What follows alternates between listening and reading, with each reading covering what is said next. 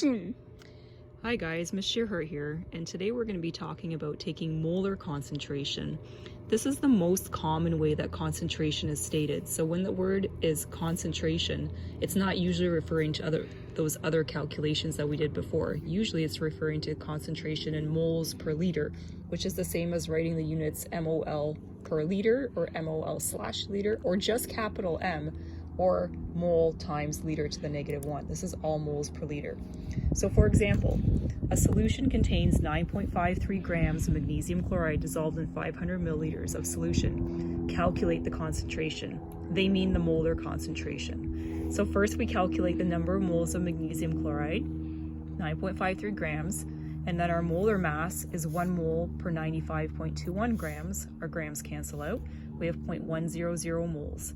So our concentration of magnesium chloride, that's what the square brackets mean, equals 0.100 moles divided by our number of liters, which is 0.500 liters. That equals 0.200 molar. We read that as molar, which is moles per liter. Example 2. How many grams of calcium chloride are required to prepare 250 milliliters of a 0.750 mole per liter solution? Okay, we're looking for the number of grams, so we're looking for a mass. First, we calculate our number of moles. Our number of moles of calcium chloride is our 0.750 moles per liter multiplied by our 0.250 liters. My liters cancel out. I'm left with 0.188 moles. My mass of calcium chloride is my 0.188 moles times the molar mass of 110.98 grams per mole. The moles cancel out, and with 3 sig figs, it's 20.8 grams. Don't forget that this entire number goes into the second part of the calculation. I don't delete it from my calculator, I just leave it on the screen for part 2 of the calculation. So now we can talk about how we prepare a solution of a specific concentration since we know how to do the calculation. Here's our volumetric flask. It's a specific volume, so this one, for example, could be a 500 milliliter volumetric flask. So first we half fill the volumetric flask with distilled water. So we just eyeball that. We approximately half fill it with distilled water. Okay, then we add our measured solute. This is why we do the calculation for mass. So this is very specific. We weigh out exactly the mass that we calculated using the same process that I just did in the last example, and we weigh it out on a very accurate scale.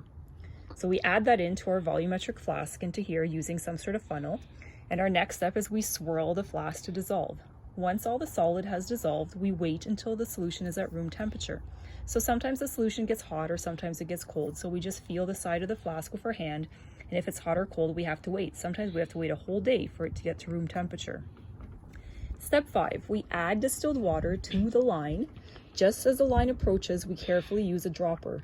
So the saying is, if you go over, you start over. So when we get very, very close to this meniscus, we have to be so careful that the very bottom of the meniscus is exactly at the line and we don't go over. Finally, we either stopper it or we cover it with parafilm as a stopper, and we invert it 3 times to fully mix it.